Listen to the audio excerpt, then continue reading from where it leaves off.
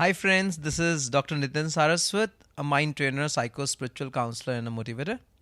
Today, we're going to talk about something that everybody craves for, desires that is, success. So, let's talk about art and science of success.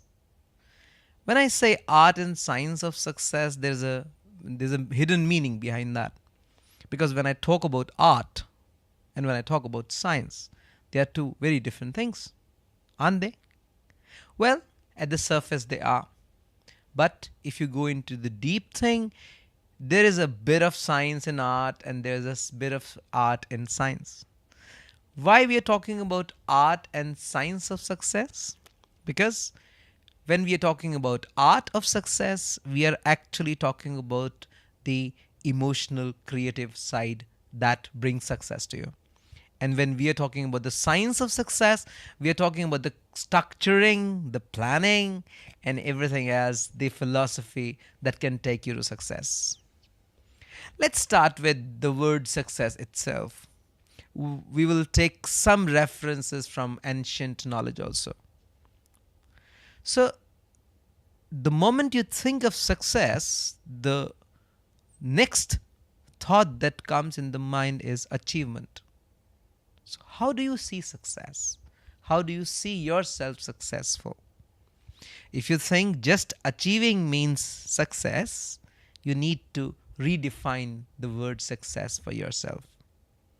The success starts when you actually start relishing the process. So, the science of success starts when you start relishing the process that you are doing. When you start relishing a work, the success begins. The biggest problem when we talk to people, they say they have two huge problems while carrying out a task. Problem number one, they find it difficult to get started. Problem number two, they find it very difficult to let the passion go on. The passion dies, the intensity dies as the work carries on. And a lot of dreams do not get converted into goals. And a lot of goals get dropped as the life goes on. And people live a life of road not taken. Is it the story you're facing? Do you want to change it? Yes, it can be changed. It can be easily changed. You have to understand the difference between two things. The root of success starts when you have a passion. Now, what do you have? Do you have a desire that creates a passion or a passion that creates a desire? This is a big catch. When a desire creates a passion, only as long as your passion, as long as the desire goes on, the passion goes on. Desire created passions, desire created motivations don't last long.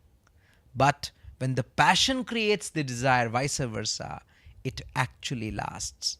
Now we have to understand it a bit deeply. What does it mean? If your motivation comes by just this sense of achievement, I'm going to achieve this. So, what you're looking at, you're just focusing on the final goal. And as long as the goal can pull you, you may get motivated. So, as the goal seems a little far, the motivation starts dropping and the passion starts getting dropped. On the contrary, if you can create a passion for the work, for the process of the thing, then passion created desire will be there. And that will give you lasting motivation and the intensity will be there. That's the science of succeeding. If you really want to succeed, just learn to break every part of your work in the smallest pieces and then learn to relish every piece. You want to be a doctor? Just don't see that white coat on you. See the books that you are studying. Look at day's productivity, how good you are at producing a tiny bit of a work, and then the passion will flow and the passion will not die. That is the science that we're talking about. Now let's talk about the art of success. What is the art of success? The art of success is how to remain focused. And what brings the hurdle in your focus? The thing that brings hurdle in your focus is your emotions, your mind, the untrained mind, the monkey mind. It keeps on jumping, as the Gita says so beautifully.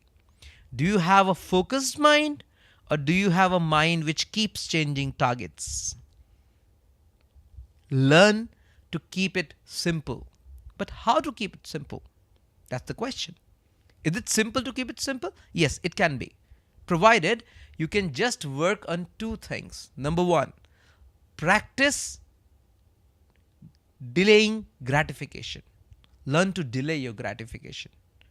Just focus on a thing and continue your thought process on that particular thing. Learn to plan, learn to visualize, learn to bring your emotions into your success map. What we do, we let our emotions spoil the vision of our success. The same emotions can be used to be a part of your vision. You can make emotions a part of your vision. And that is something which makes emotions a tool for success. Don't let emotions spoil your success map. Like you can let emotions play havoc. A small disturbance here and there, and your focus is haywire. Why? Because you have let the emotions play spoil sport. You can make emotions play a very constructive role. How to do that? Very simple. Always tell your mind, I know what is important for me. Mind has a monkey tendency, but you can be the master of your mind. How? Emotions don't have the power, you provide them the power. You can take the power back in your hand by little practice. Start practicing it in very small things. An emotion, a thought taking you away from your particular success map. Just stop it and tell it that you are the master. You can take it back. So, today we talked about the art and science of success. Thank you.